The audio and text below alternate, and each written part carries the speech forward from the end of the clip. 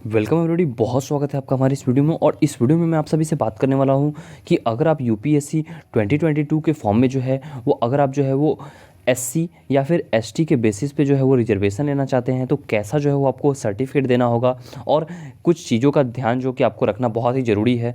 So watch इस video till and, ताकि आपकी जो भी डाउट्स हैं वो सभी क्लियर हो जाएँ इस वीडियो में।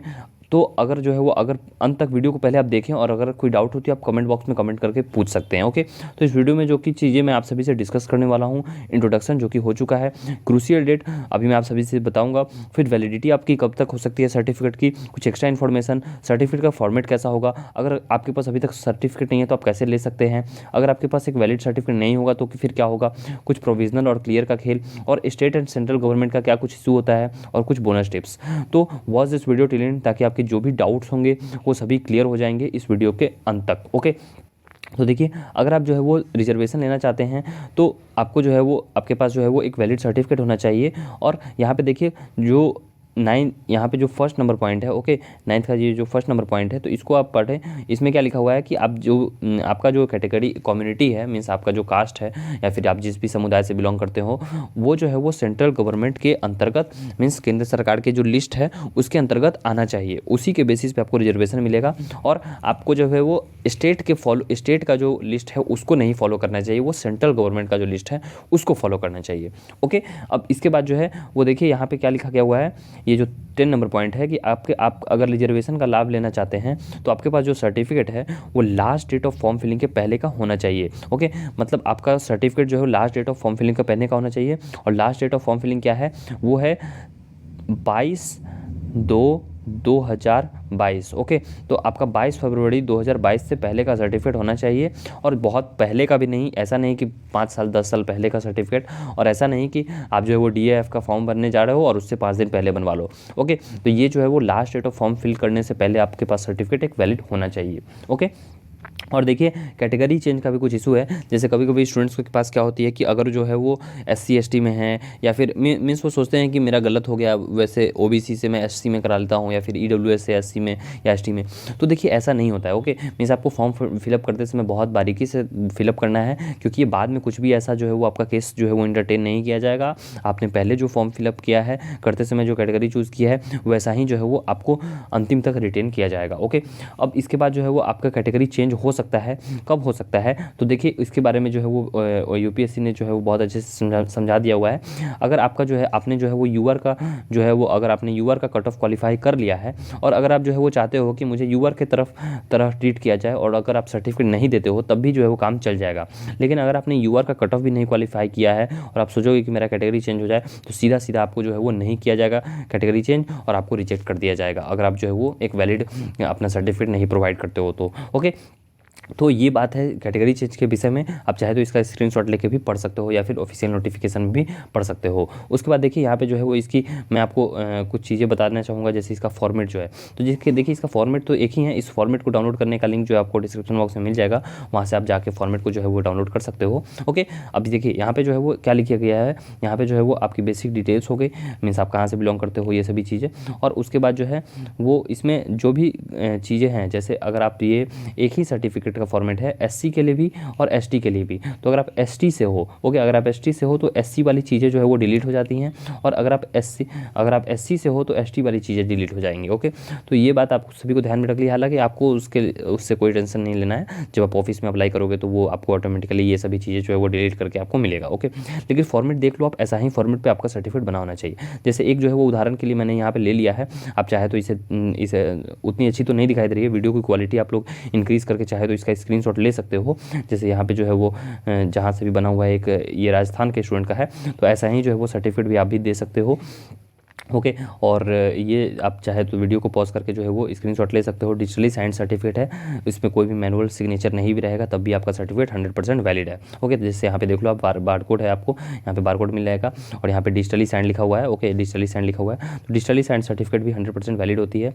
और ये सभी चीज़ें जो है वो आपकी यहाँ पे मेंशन रहेगी, तो आप जो है वो अपना सर्टिफिकेट भी ऐसा ही बनवा लो।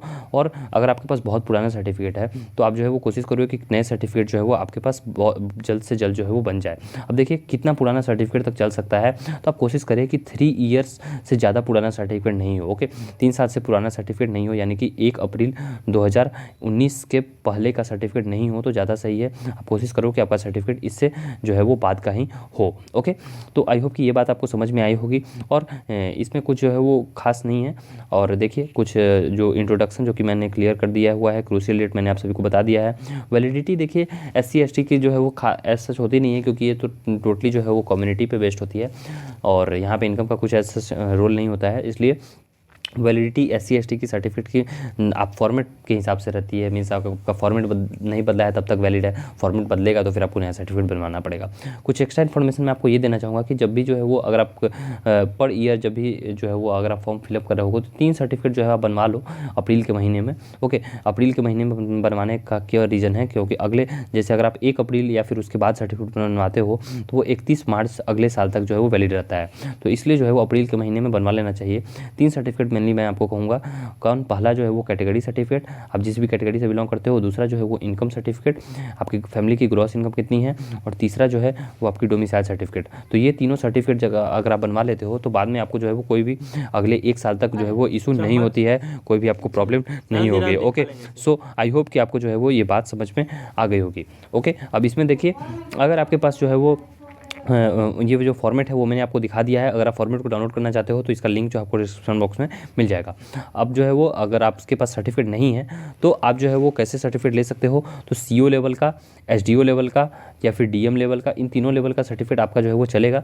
या फिर जो है वो RO लेवल का या फिर तहसीलदार, तो इन सभी का सर्टिफिकेट लेवल का चलेगा। तो आप जो है वो नियरेस्ट ब्लॉक में आप जाकर विजिट कर सकते हो या फिर आप कोई भी साइबर कैफे से जो है जाके कॉन्टैक्ट कर सकते हो।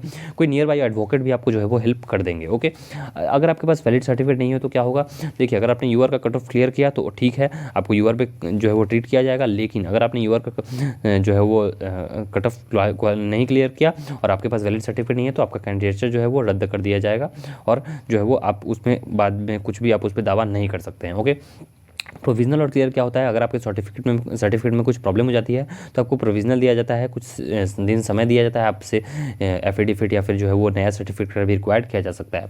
देखिए स्टेट एंड सेंट्रल लिस्ट की बातें मैंने आपको शुरुआत में ही पहले ही बता दिया था कि जो स्टेट लिस्ट होती है उसके अकॉर्डिंग जो है वो आपका कैटेगरी नहीं होना चाहिए, आपका सेंट्रल गवर्नमेंट के अकॉर्डिंग जो है वो कैटेगरी होना चाहिए। और कुछ बोनस टिप्स जो कि आपके एग्जामिनेशन प्रिपरेशन में हेल्प करेगी, वीडियो के आगे जो है वो आप सभी को पता चल जाएगी। ओके, सो आई होप कि मैक्सिमम जो पॉइंट्स है वो मैंने यहाँ पे डिस्कस कर दी है। फिर भी अगर कोई डाउट होती है तो आप कमेंट बॉक्स में कमेंट कर सकते हैं।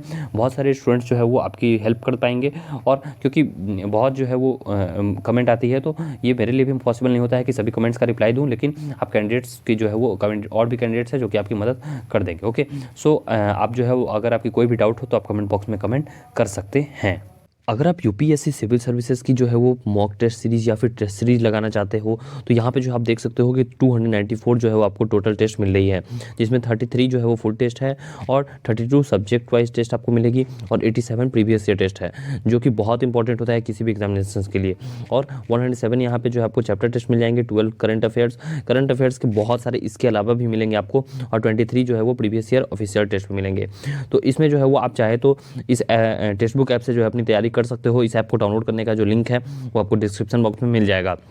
यहाँ पे आप देख सकते हैं कि आप जो है वो कुछ टेस्ट फ्री में दे सकते हो। ओके, सब्जेक्ट वाइज यहाँ पे आपको भी दिखाई दे रहा है, फुल टेस्ट में है। वैसे ही जो है वो अगर आप यहाँ पे देख लो तो चैप्टर टेस्ट यहाँ पे आ गई है, ऐसे स्क्रॉल करके आप जो है सब्जेक्ट वाइज टेस्ट देख सकते हो और यहाँ पे करंट अफेयर्स सब्जेक्ट वाइज और यहाँ पे प्रीवियस ईयर पेपर, तो ऐसे जो है प्रीवियस ईयर ऑफिशियल टेस्ट। तो यहाँ पे जो है वो अच्छा खासा जो है वो enough number of mock test आप सभी को मिल जाता है। अगर आप जो है वो UPSC सिविल सर्विसेज CSE की प्रिपरेशन करना चाह रहे हो तो आप UPSC की जो है वो और भी जो भी एग्जामिनेशन हैं उन सभी की भी आप यहाँ पे प्रिपरेशन कर सकते हो। तो यहाँ पे जो है आप देखोगे कि अगर मैं जैसे फुल टेस्ट में जाता हूँ तो यहाँ पे जो है कुछ टेस्ट फ्री में है। ओके, तो फ्री वाला जो है वो आप तो ऐसे ही दे सकते हो, मीन्स आप जो है एज अ ट्रायल दे के देख सकते हो।